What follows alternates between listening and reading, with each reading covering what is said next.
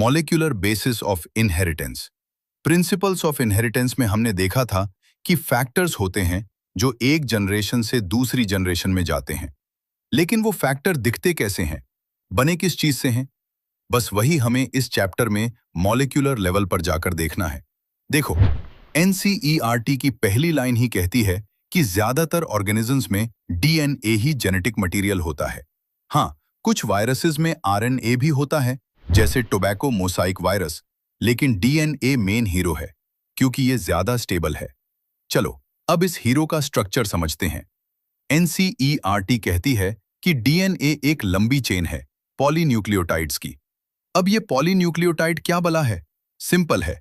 Poly मतलब बहुत सारे और न्यूक्लियोटाइड मतलब वो एक सिंगल यूनिट जिससे डीएनए बनता है। एक न्यूक्लियोटाइड के 3 पार्ट्स होते हैं, ध्यान से सुनना। नाइट्रोजनस बेस, ये 2 तरह के होते हैं। थ्यूरीन में एडिनिन और ग्वानिन और पायरिमिडीन में साइटोसिन, यूरेसिल और थाइमिन। पेंटोस शुगर, अगर डीएनए है तो डेऑक्सीराइबोस शुगर और आरएनए है तो राइबोस शुगर।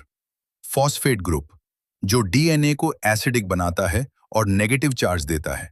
अब देखो ये जुड़ते कैसे हैं।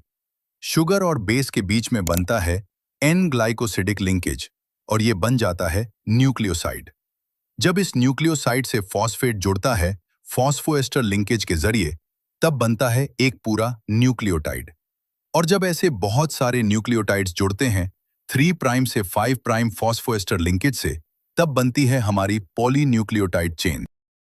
अब आता है इस चैप्टर का सबसे बड़ा टर्निंग पॉइंट।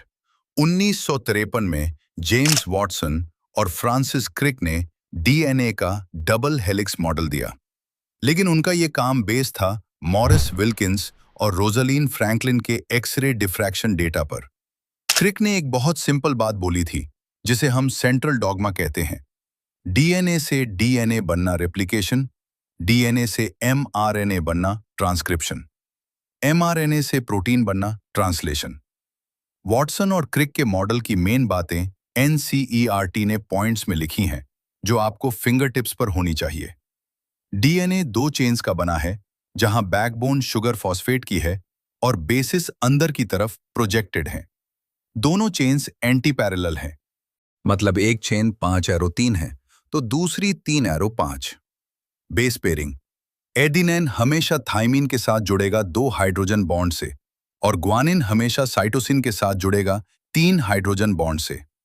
इरविन चारगाफ का रूल याद रखना, जितना प्यूरीन उतना ही पायरिमिडीन, यानी A+G = T+C।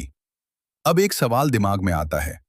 एनसीईआरटी कहती है कि एक इंसान की सेल में डीएनए की लंबाई लगभग 2.2 मीटर्स होती है।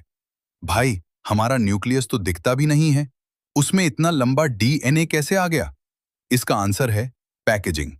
डीएनए नेगेटिव चार्ज होता है। हमने लिए कुछ पॉजिटिव चार्ज वाले प्रोटीन्स, जिन्हें कहते हैं हिस्टोन।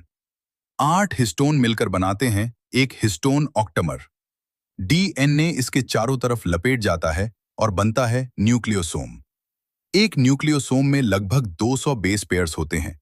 जब ये बहुत सारे न्यूक्लियोसोम्स लाइन से लगते हैं, तो माइक्रोस्कोप में ये बीड्स ऑन स्ट्रिंग यानी माला के मोतियों जैसे दिखते हैं। यही आगे जाकर क्रोमैटिन और फिर क्रोमोसोम्स बनते हैं। The search for genetic material. पहले लोग कंफ्यूज थे कि जेनेटिक मटेरियल प्रोटीन है या डीएनए।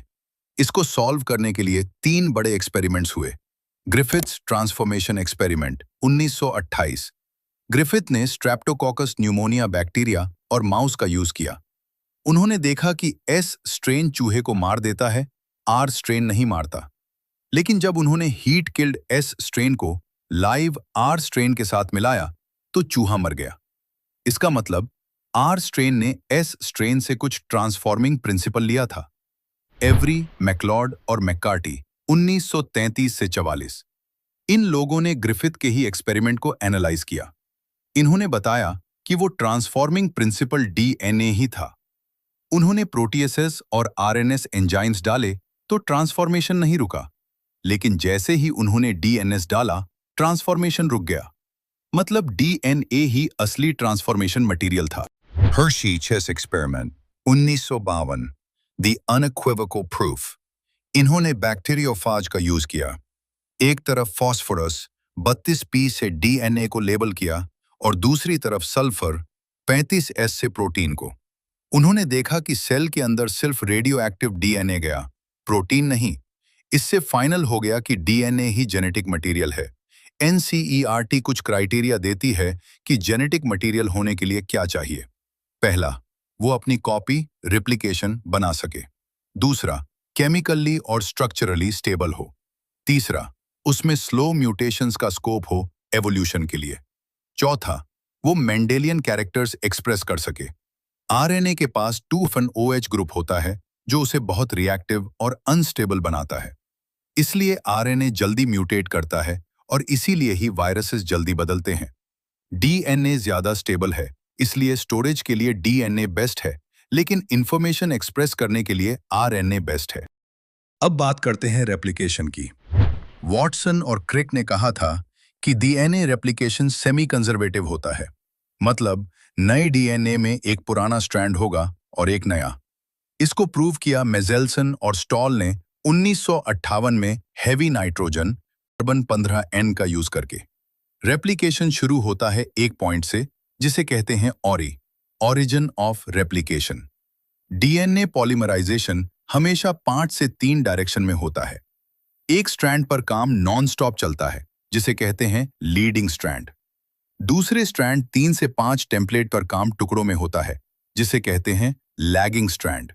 इन टुकड़ों को ओकाजाकी फ्रैगमेंट कहते हैं, जिन्हें बाद में डीएनए लाइगेज चिपका देता है। तो दोस्तों, ये था हमारा पार्ट 1। अगले पार्ट में हम समझेंगे ट्रांसक्रिप्शन, जेनेटिक कोड और वो सबसे इंटरेस्टिंग ह्यूमन जीनोम प्रोजेक्ट। तब तक एक लाइक और समझ आया हो तो सब्सक्राइब कर दो।